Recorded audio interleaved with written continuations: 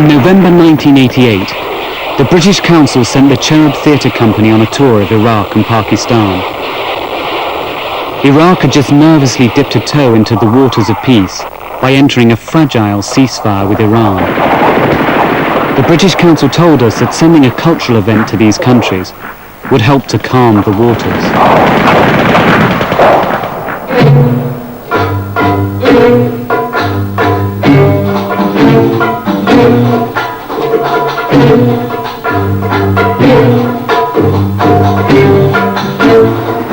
Basra is less than 100 kilometers from the Gulf and only 30 kilometers from the Iranian border, where even now the build-up of Iranian troops marches apace. The Shatt al-Arab waterway, Iraq's only access to the Gulf, this was the scene of ferocious fighting.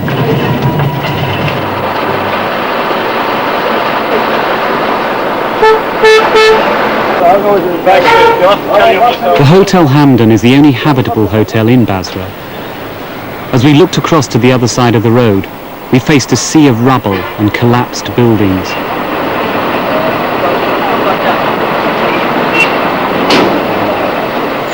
Arrive on the 11th of the 11th. Contract in Iraq, British Council. Absolutely. The purpose of visit, theatrical performance. We are here in a very exceptional town, under very exceptional circumstances. It will be the first company playing here since the beginning of the ceasefire. What is important, I should remind you of the conditions in the theatre. The theatre was damaged. The dressing rooms, which were under the stage, are now flooded with the drainage. Please bear all this in mind. The great effort has been made that we should be able to play there. All right, my dears, well, bear up to it. This should be an extraordinary experience. Don't wander alone.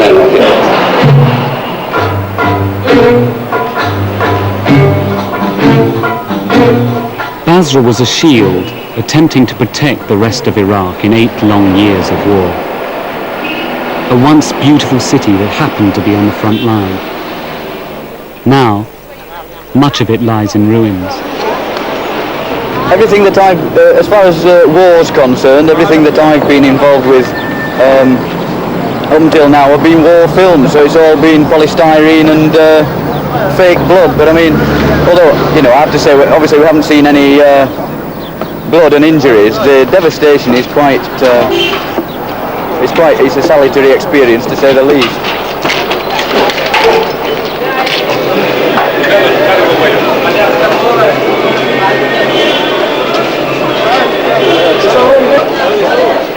They'll just get dirty again. What happens? You get them clean, they get filthy immediately.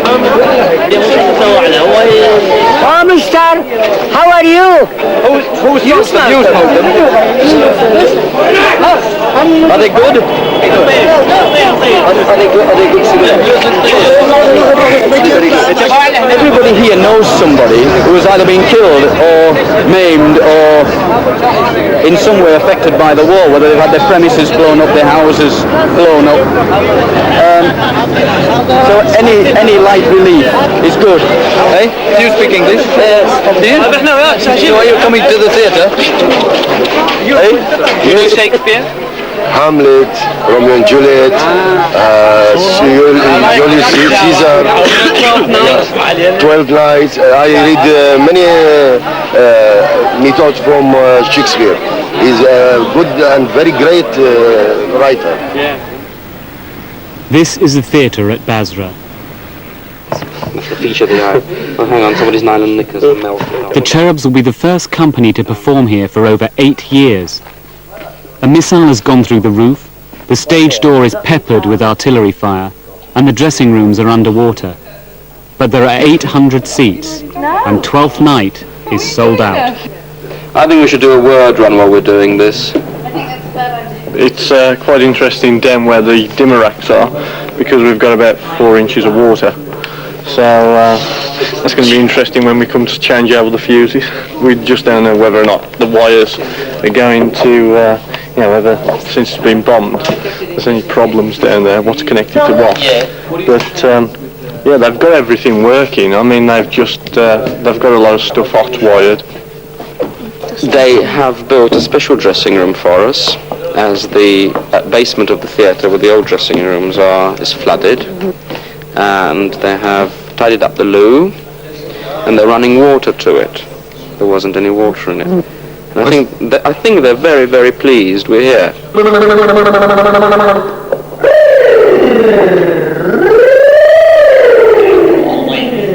la la la la la la.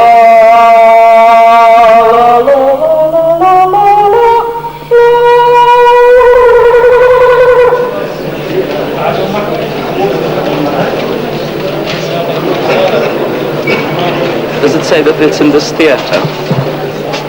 Yes, they say British Council, cooperation with Boston University, Ministry of Higher Education, present Masrahiyya, the play 12 Night. Our old store. As you wish. As you will. As you will. I will? As you will. What you will. What you will. For Shakespeare, by Chirp, British Chirp Group.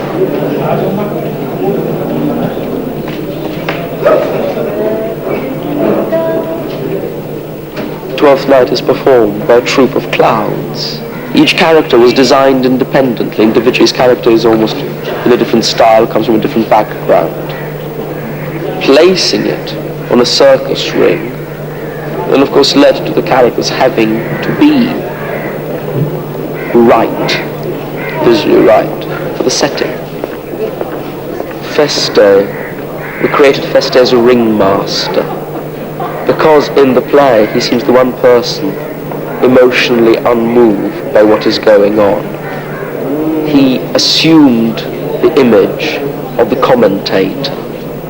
He is the cold, wise man.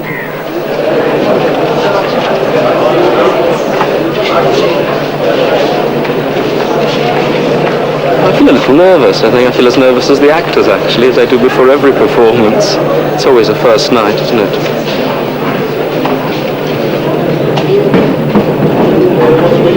I think I see the president of the university coming down. He's the gentleman in the grey suit.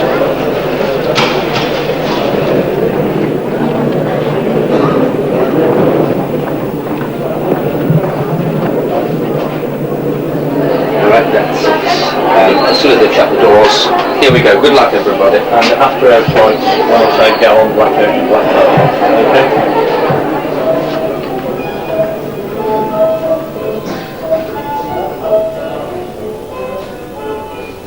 When that I was and a little tiny boy,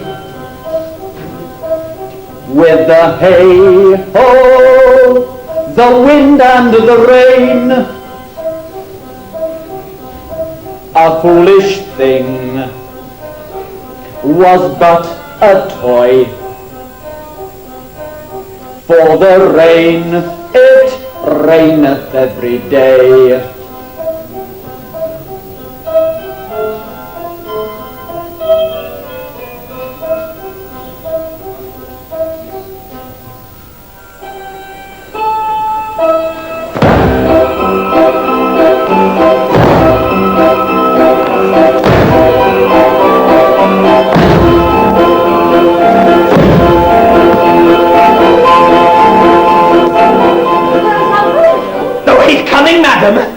But in a very strange manner. Oh, it's sure possessed, madam. Why, what's the matter? Does he rave? No, madam. He does nothing but smile. Oh, your ladyship will best have some guards about you if he comes. For sure the man is painted in his window. Call him hither. I'm as mad as he, if sad and merry madness equal be.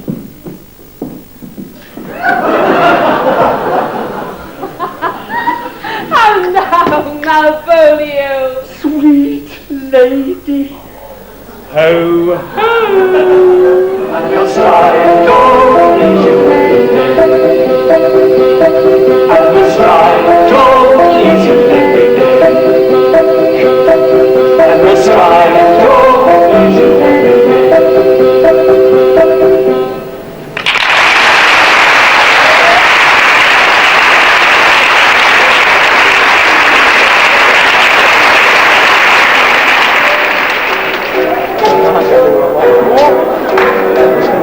I was a little worried during the show because I thought this continuous chatter walking in and walking out of Arab audiences always worries me. And I tend to think they're just walking out because they're bored out of their minds, and then I see them coming back 2 minutes later having got the fags from across the road.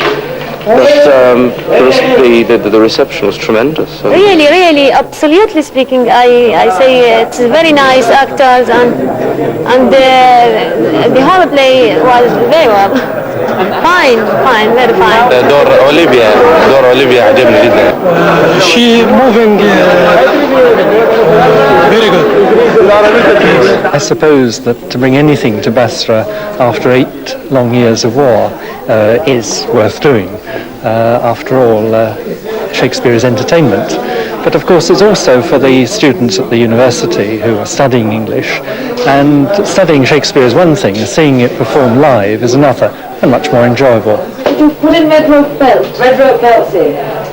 It's for the drama students. We've asked us to come back every year. They really pulled out all the stops because they just wanted that performance so much. And the best thing was the day when you had all these Iraqi women come in who carried big rags and just beat hell out of the seats to get rid of the dust. And I mean, I was trying to focus at the time, and I just had to leave it because the place was just a cloud of dust.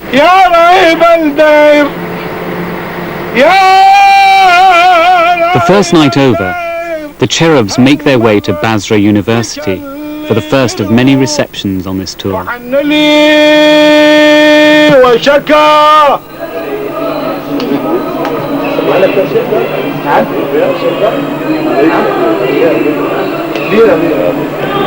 The people have been starved of any entertainment and outside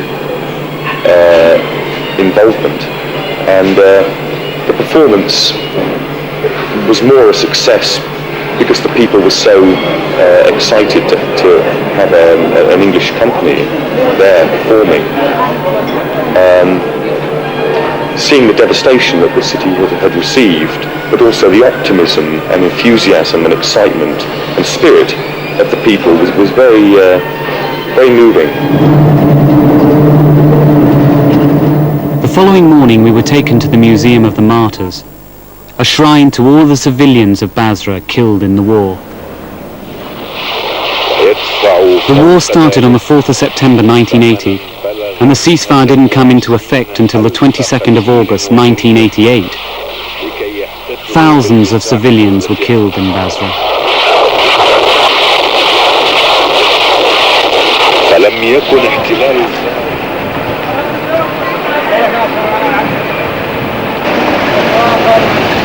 Well, at the moment I'm feeling quite in a state of shock, so I just visited the Museum of Martyrs and witnessed the terrible casualties of the bombing here. But on an optimistic note, it seems that life very quickly seems to be coming back to normal, and people seem very conscious to be active, to be busy and getting on with life as much as normal. And in a way it reminds me of probably what happened in London after the Blitz, because the war here was 2 years longer than the Second World War. And I should think there isn't a single family in Basra that hasn't suffered in some way. There's perhaps a similarity with the great energy and optimism after the Second World War in London as there is now in Basra. You see it all around you. Baghdad is only a 50-minute flight from Basra, but it's a different world. Modern hotels, traffic jams, and no outward sign of war. From our bombed-out hotel in Basra, we arrived at the Sheraton, Baghdad. Baghdad, and immediately you think of, Ali Baba and the 40 Thieves. And if you look hard enough, it's all there. It's still there. The people are still there. The people are still the same. It's just that everything's now concrete and electric wires.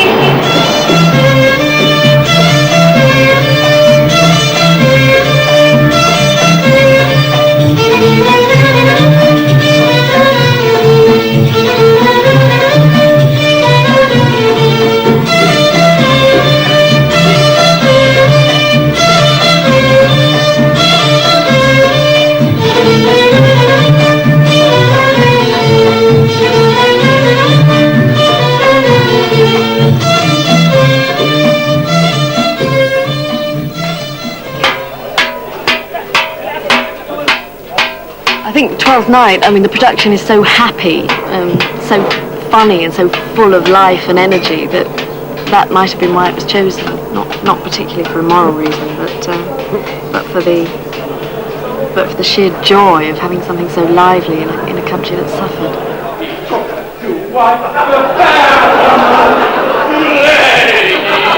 Lady, must call thy name. Lady, the birthday of December, I don't get my victory. I get some gold and silver, and a bit leaky. On the birthday of December, I don't get my victory. When I get some gold and silver.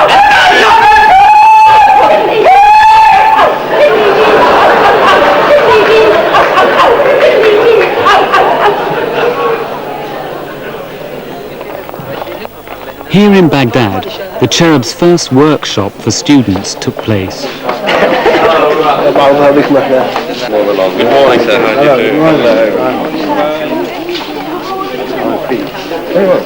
I don't believe much. He's got a Kurdish costume. Oh! There's three hats and a Kurdish costume. Oh, we've been fighting for a Kurdish costume. When I asked him at the dinner party, he's been bribing people at the dinner party. That's what he does at the dinner party. I sit there politely and talk about the play, of course.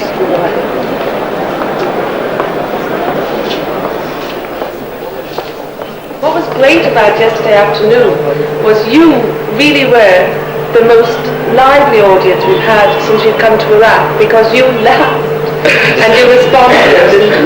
And then we felt, oh yes, this show works, we're okay as actors. Sometimes you go along and people we've heard enjoy the show, but we don't hear anything and we think we are the worst actors in the world. We have failed. Because whenever you get a part, I think I'm right, the fact you think this is the part I'm going to be found out, they are going to realise I can't act.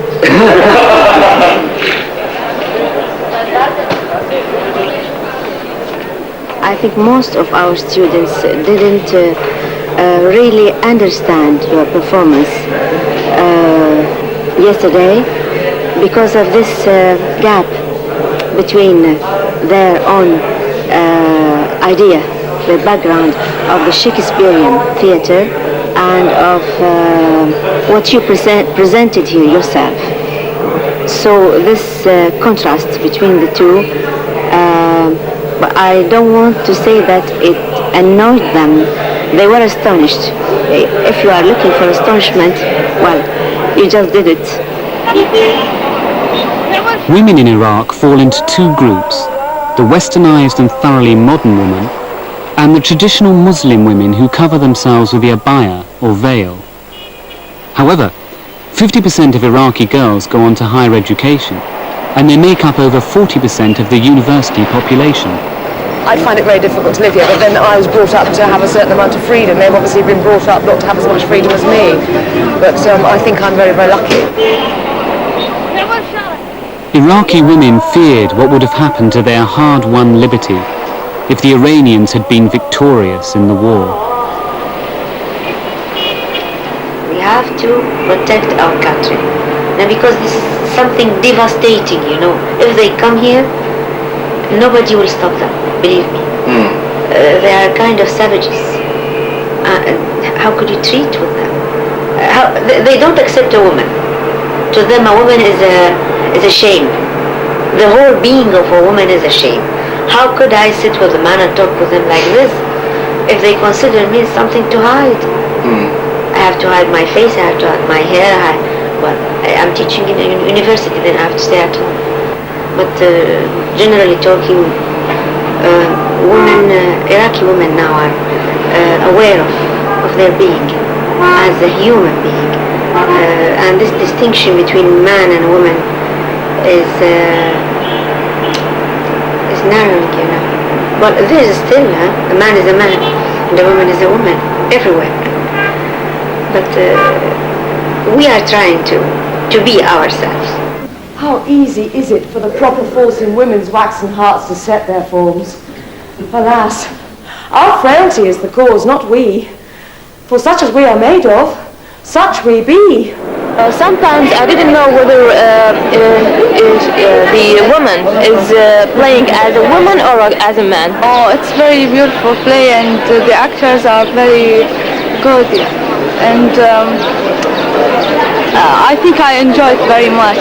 Well, it's very nice, and it is not the first time I see the play. I see Hamlet before 2 years. We were forced to stop filming here. Our camera was pointing at the heavily guarded TV station where all our tapes were taken to be censored. Wherever we filmed in Iraq, an official from the Ministry of Information accompanied us. After 8 years of war and many Iranian spy scandals in Iraq, the authorities were naturally nervous, and our papers were constantly checked. You know, the word of freedom is so big.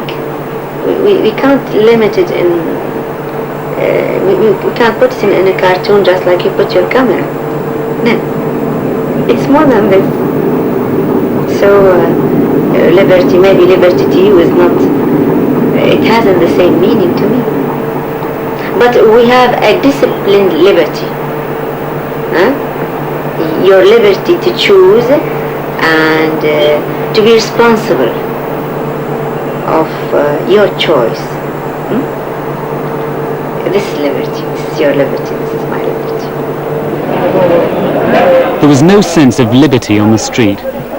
Any conversation, however mundane, that an Iraqi has with a foreigner had to be reported to the police. But there was an exhilarating feeling of cultural liberty when we were all invited to see the National Theatre of Iraq's production of The Tempest.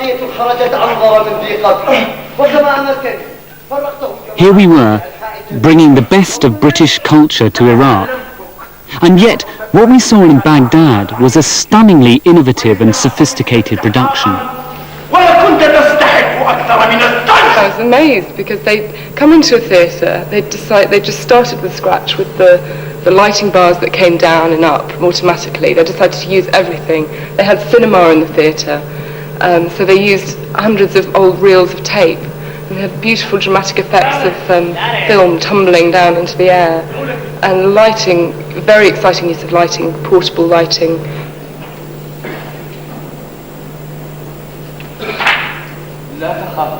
We're starting with the idea that the civilization is going into some danger now.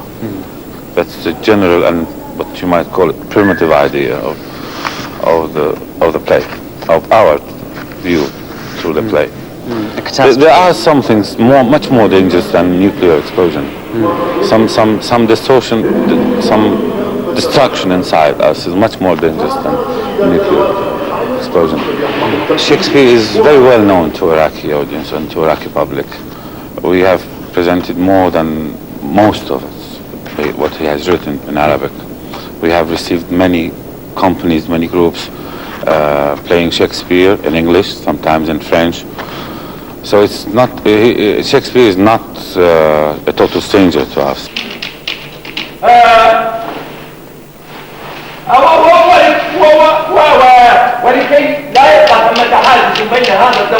Is this your usual style? Do you normally work in this way? هو هذا أسلوب الدكتور صلاح القصب المخرج. This is the method of Dr. Kasab, known as the theatre of the image.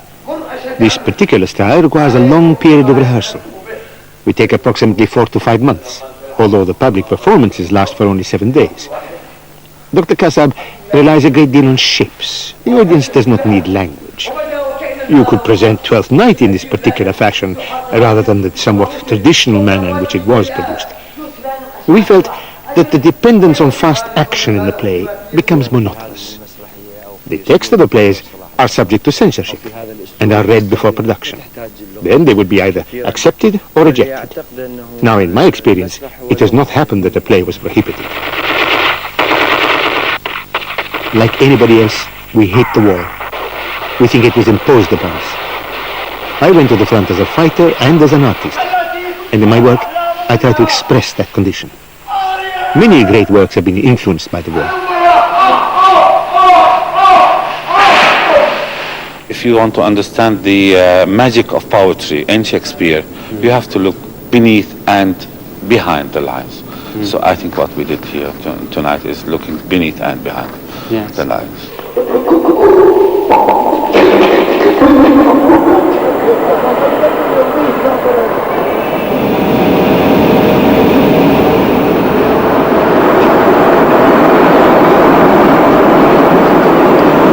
The Tempest was extraordinary. It's the sort of thing that I can no longer imagine or cannot imagine being done in England. The visual images were staggering.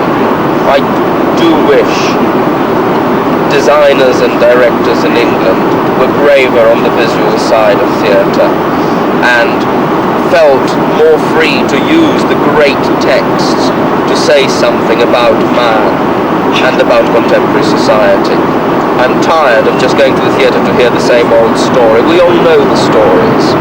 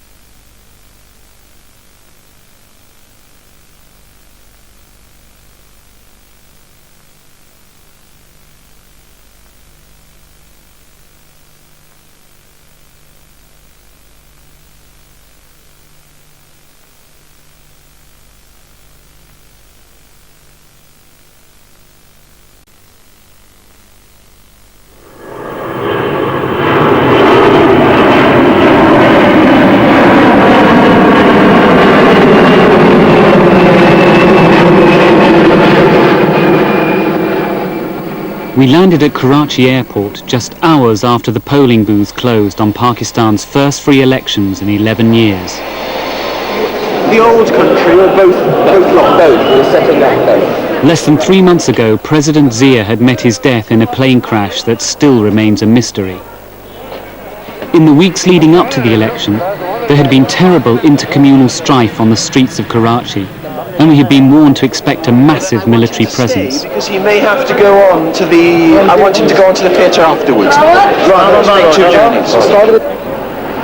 As we landed in the early hours of the morning, it looked increasingly likely that Benazir Bhutto, an ex-president of the Oxford Union, was going to be elected as Pakistan's first ever woman Prime Minister. I'm just surprised that there's nobody on the streets. I know it's 4 days holiday, but I did expect to be... It's like a sort of quiet morning driving through London on a Sunday at the moment, you know. But you wouldn't have thought there'd been an election yesterday, one of the most historical days in recent history. I mean, I wanted to be out in the bustle of the excitement, and there's nobody around.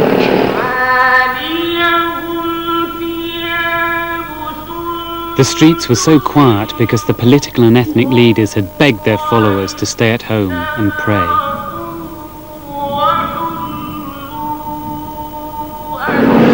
What do you feel about the part in the new play? In the old country, terrified. Absolutely. It's been like a black shadow lurking for the last 5 or 6 days. It's been there in the future, but A, it's a very difficult play to do anyway under any circumstances, and B, the way, I mean, normally when we're rehearsing in England, you'd have a build-up to the opening, a sort of very rhythmic build-up to the opening of a show. But now we've had half an hour here, half an hour there in hotel rooms rehearsing for the last 5 days, and to be quite honest, we've got 1 more day's full rehearsal, then we've got a dress rehearsal plus a technical, and then that's it, you know. It is a frightfully painful play. Each person in that play carries an incredible amount of guilt and dissatisfaction with life. And in a way, the makeup that we're trying to find is an expression of that withering inside.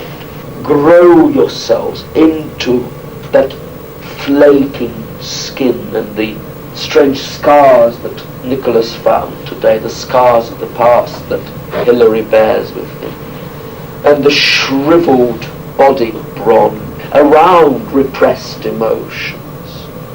The overblown makeup of Veronica over something that is twisted and bitterly repressed. The unhappiness of Eric, who's like a rat trapped in a cage.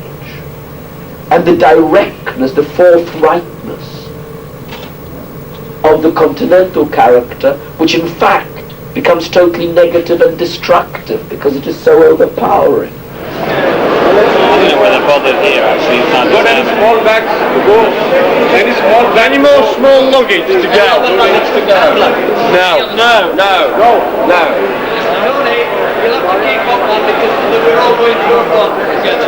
We were constantly on the move, and the Cherubs had to grab any chance they could to rehearse, whether it was a hotel room in Karachi or on the plane to Islamabad. He is a cultivated fellow. He can take it as read, but it's just what Eric wants. It will be something. I'm a little apprehensive. As you know, we've rehearsed much of it in hotel rooms en route through Iraq. I'm very pleased we did a dress rehearsal in London, but I think the actors do need a bit more practice to pull it off. Okay, let's try it. So Duff goes on. Oh dear.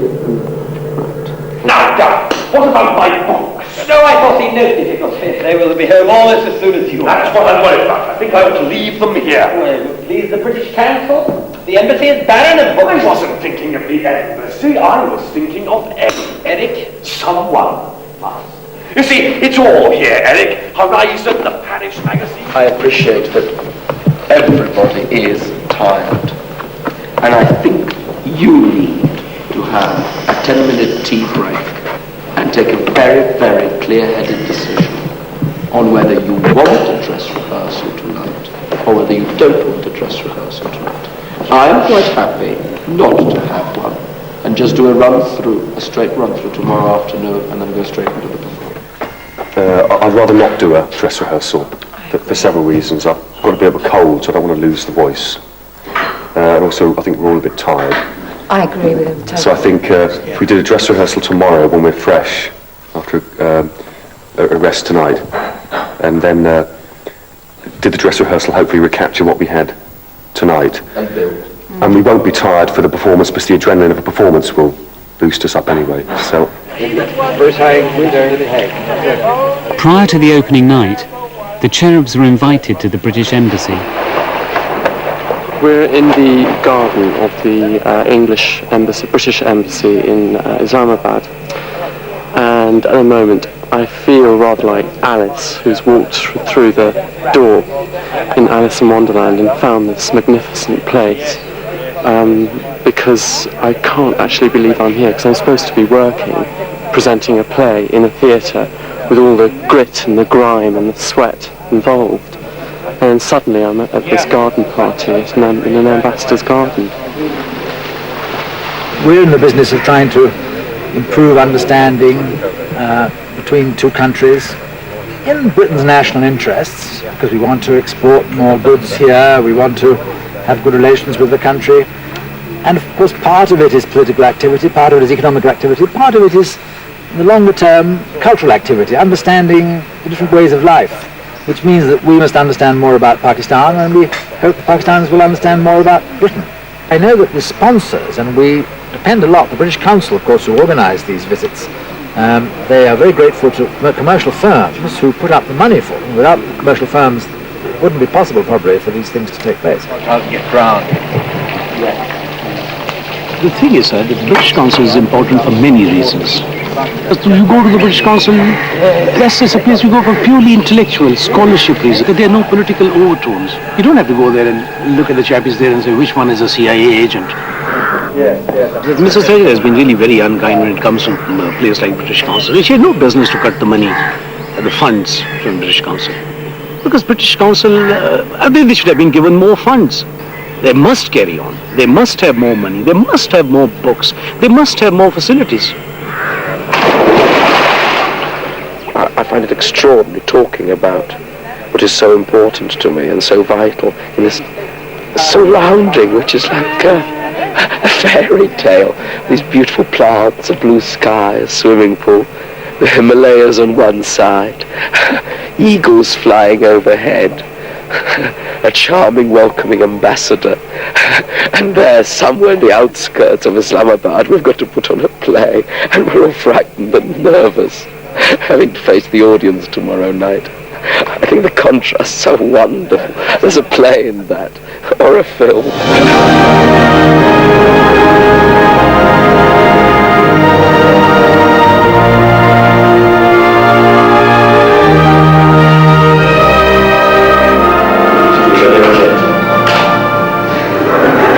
He releases the safety catch. Yeah. And there's nothing going to come out, it's just full of air.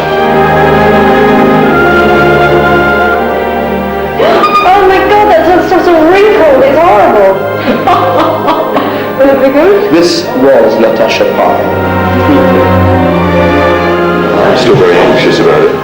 I still don't think that we've done enough of an in-depth rehearsal.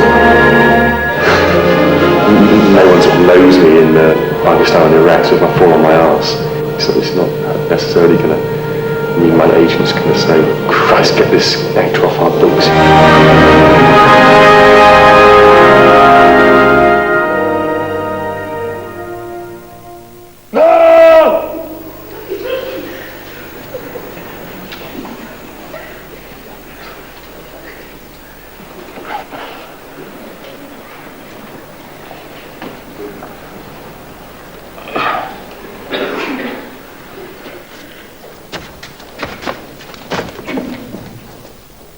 They're a dismal couple, and I see no reason why I should have them in my house. Your house. This shall... My house! My country home. A doting frump with a silly little copper's nark of a husband. Who is he? A common criminal. What is she? A woman to whom the past is simply misery and horror. Not surprising she can't wait to get to the future. We have nothing in common at all. Except the one thing. You're all traitors.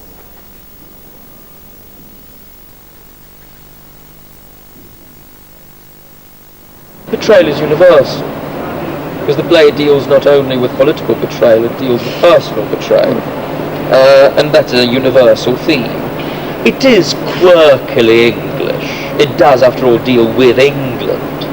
And I think perhaps that is why that particular play was chosen by the sponsors. But whether I actually agree with the idea that sponsors should choose the play that a company tours is a different subject. They're trying to promote commercial sponsorship for the arts now in Britain. And I think it's a good lesson to us to see what this can actually do. It means that the real, honest reason why you're performing is really... It becomes a sort of second-rate thing. It sort of becomes at the bottom of the pile. The priority of why you're actually on stage, your great privilege to go on stage and say something begins to be unimportant, and what becomes important is the fact that you're there and people are clapping and that you're having a lovely meal afterwards, and the various sponsors who are responsible are there and they're able to meet each other. That becomes the most important thing. The kind of, over a period of years that England has developed a reputation for good theatre. Yeah. We expect the best to come our way, Yeah. But unfortunately, whatever we've seen here, I don't think it is exceptionally good. It's all right.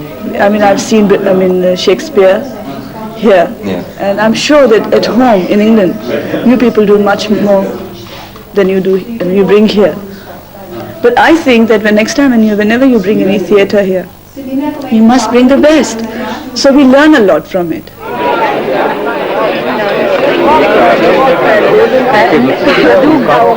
Well, actually, I thought it was very well done, but not quite the play for Islamabad.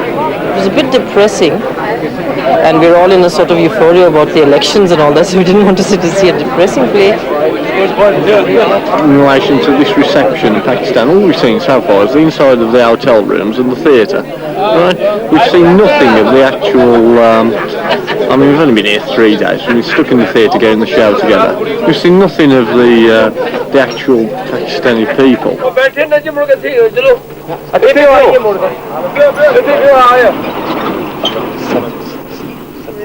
The first chance for the Cherub Company to get out and about came the next morning with a visit to a hill station in the Karakoram Hills, high above Islamabad.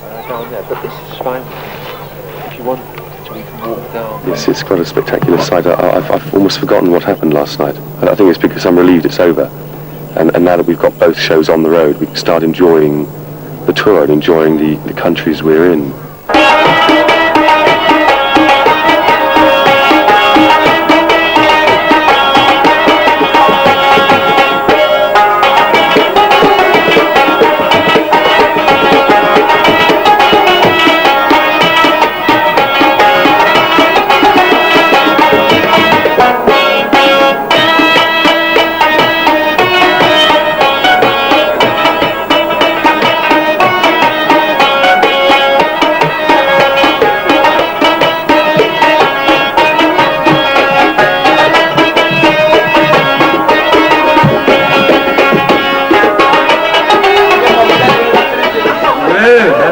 Thank you.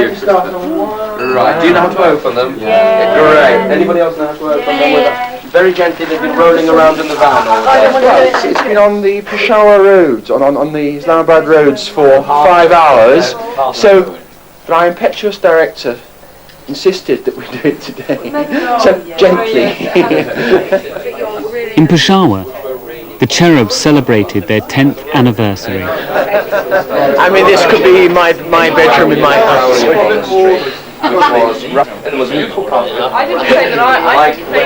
And never in my wildest dreams had I imagined we'd actually be able to end up in Peshawar, in northwestern Pakistan, with a tour of Cherub Company. And I'd like to thank the British Council for getting us here. And for the glass of bubbly. And I'd like to thank bubbly. And for the birthday cake. Right. Happy birthday. Happy birthday, everybody. Everybody, happy birthday. Cheers.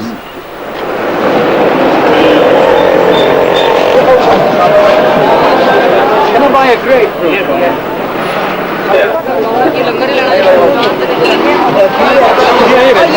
But mostly, I like Shakespeare's tragedies. I don't like his other plays. I like his tragedy. Yes, but Twelfth Night isn't complete comedy. It has got elements of tragedy. But I like, plays like Hamlet, plays like King Lear, plays like Macbeth. Really? What do you like? What do you like about Shakespeare? I would love to act the role of Lady Macbeth. The best reception of the entire tour for Twelfth Night came from a party of schoolgirls who giggled, hooted and cheered their way through the entire performance. And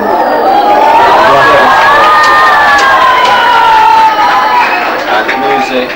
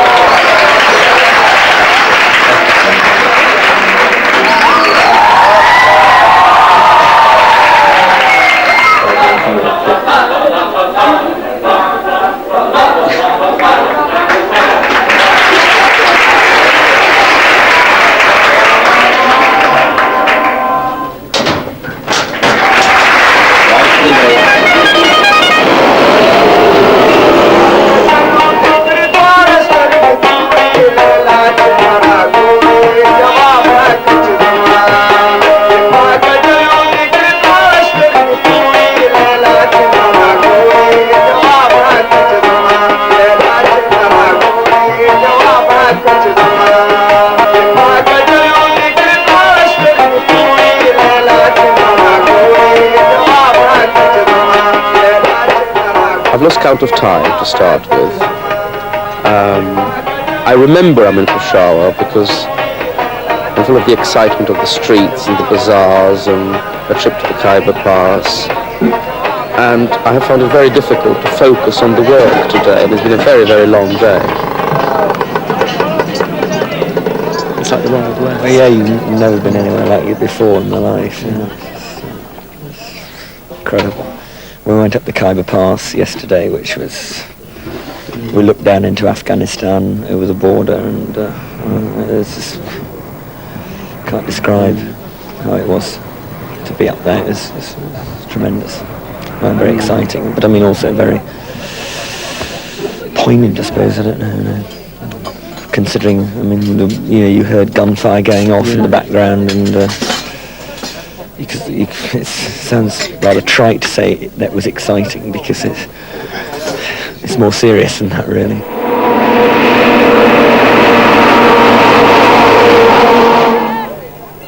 There are 3 million Afghan refugees living in Pakistan. We went to the Al-Khora refugee camp near the Afghan border. No, we are English. Saying that these people are very pleased to see us.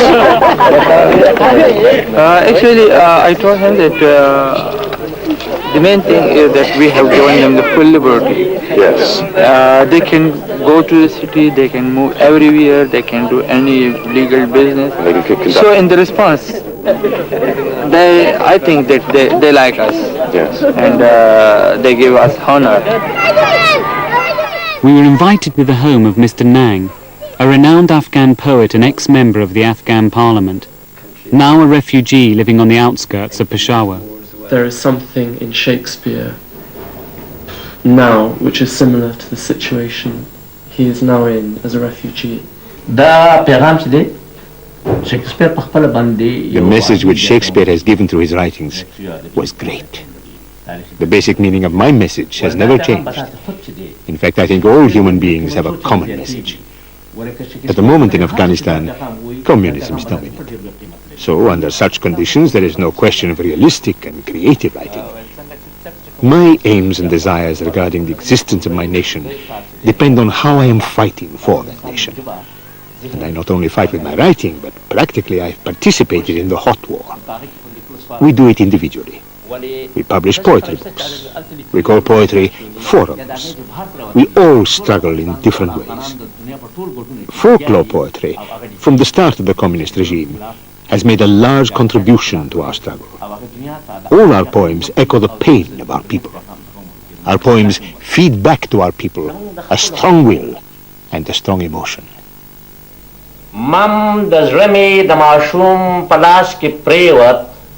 My love and my desires are considered as unimportant as a toy with which a child plays, or as a necklace of pearls which is offered to a blind woman. The prosperous spring of my life turned into autumn, a calamity which has ruined the harvest of my garden. I have nothing left to live for, and all I hear is cries of woe. They are using Afghan dignity and honor as a plaything.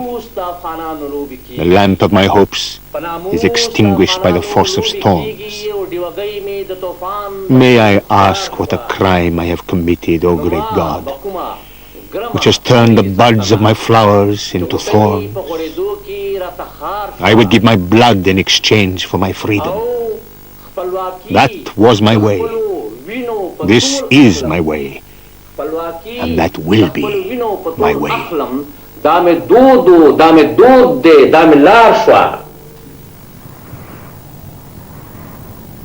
It's just like being in another century. It's a really, really strange feeling. I feel really lost. I think definitely anything like this affects what you do in the future. I mean, it's one of those experiences that will be carved on my mind. I wouldn't have missed it for the world. Before this tour, I was out of work for a very, very long time. So, I mean, what an extraordinary experience to be sitting in my poky little torture chamber in Wimbledon. Suddenly to be here in 5-star luxury halfway across the world. That zonks me out. I mean, I wake up every morning thinking, what would I rather do? Be sort of scuffing around Wimbledon in the rain, thinking have I got enough money for a pint of John Webster's, or here. Well, before this tour started, I was working in a health food shop. Before that, I was working as a receptionist for a firm of solicitors. And before that, I was working as an actor. And the mad thing is in this business is that you sit around worrying so much of the time about your next job or where you're going to go next. Then you get a phone call and you're flown off to Baghdad and then flown off to Islamabad and treated like royalty. And when I return to England, I'll have to face my flat, going on the dole all over again, and writing letters, writing photographs, as if I've never done this job. But inside of myself, I mean, I've seen things which will, I'm sure, will change the way I look at things the rest of my life.